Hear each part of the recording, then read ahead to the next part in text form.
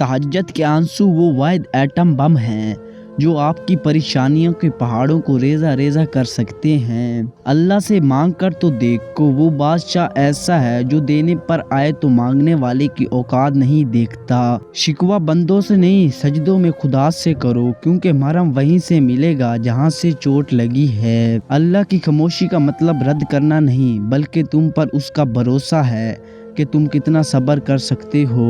दुनिया के ठुकराए हुए लोग जब अल्लाह के मुसल्ले पर बैठते हैं तो अर्श इलाही भी उनकी पुकार पर झूम उठता है। रिज़्क़ की फिक्र में ज़मीर मत बेचो, क्योंकि जिसने पेट दिया है वो भरने का हुनर भी जानता है। अल्लाह की लाठी बे आवाज़ है, मगर उसकी रहमत की पनाह इतनी वसी है कि गुनाहगार भी उसमें छुप सकता है। तकदीर पर भरोसे का मतलब ये है कि जो अल्लाह ने छीन लिया वो तुम्हारे हक में जहर था, और जो दिया है वो दवा है। गुनाहों का बोझ कितना ही ज्यादा क्यों ना हो, अल्लाह की गुफ़ार सफ़त तुम्हारे गुनाहों से कहीं ज्यादा बड़ी है। तौबा का एक आंसू जहन्नम की आग बुझाने के लिए काफी है, बस वो नदामत से निकला हो। शैतान तुम्हें डराता है कि तुम बहुत गुनाहगार हो, जब अल्लाह पुकारता है कि मेरे बंदे वापस आ जा। नेकी की तरफ पहला कदम उठाना मुश्किल लगता है, मगर अल्लाह 70 कदम तुम्हारी तरफ बढ़कर उसे आसान कर देता है। मौत का वक्त मुतईन है, इसलिए तौबा को कल पर मत छोड़ो, क्या पता तुम्हारा कल ही ना हो।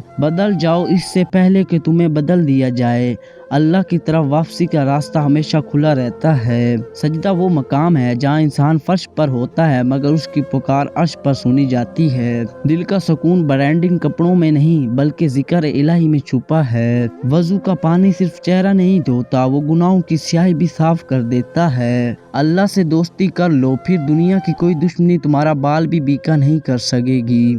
दूसरों को माफ करना सीखो, ताकि तुम्हें माफ करने वाला भी तुम्हें माफ कर दे। नेक बनने का शॉर्टकट ये है कि तुम दूसरों के ऐब छुपाओ, अल्लाह तुम्हारे ऐब छुपा लेगा। हराम की लज्जत 5 मिनट की है, मगर इसका हिसाब सदियों का है। पाकीज़गी अख्तियार करो। किसी का दिल तोड़कर हज करने से बेहतर है कि किसी यतीम के सर पर हाथ रख दो। अल्लाह की रज़ा उन कामों में है जिन्हें करते हुए तुम्हारा ज़मीर तुम्हें शाबाश दे।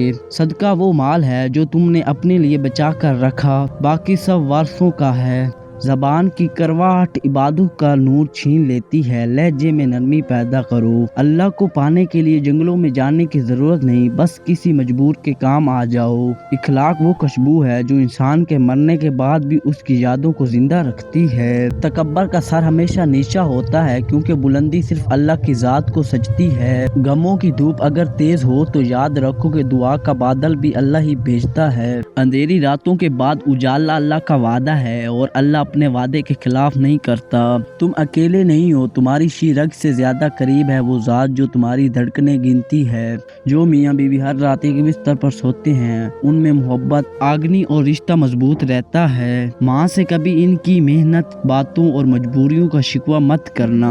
कुरान पढ़ते हुए नींद आना दिल की गफलत या जिस्मानी थकन की अलामत समझा जाता है। इबादत के वक्त बुरे ख्यालात आना आम तौर पर वसूस शैतान समझा जाता है, और ईमान की कमजोरी नहीं बल्कि आजमाइश की अलामत माना जाता है। मुश्किल वक्त आना अल्लाह का इम्तिहान है, और इम्तिहान हमेशा लायक शागिर्दों का लिया जाता है। हिम्मत मत हारो, क्या पता अगली दुआ ही तुम्हारी जिंदगी बदलने वाली हो। गिर कर संभल जाना अल्लाह को बहुत पसंद है, वो टूटे हुए दिलों में बसता है। दुनिया फानी है, यहाँ का हर दुख आर्जी है, अपनी मंजिल आखिरत को बनाओ। सब्र की जड़ कड़वी है, मगर उसका फल अर्श के साए में मिलेगा।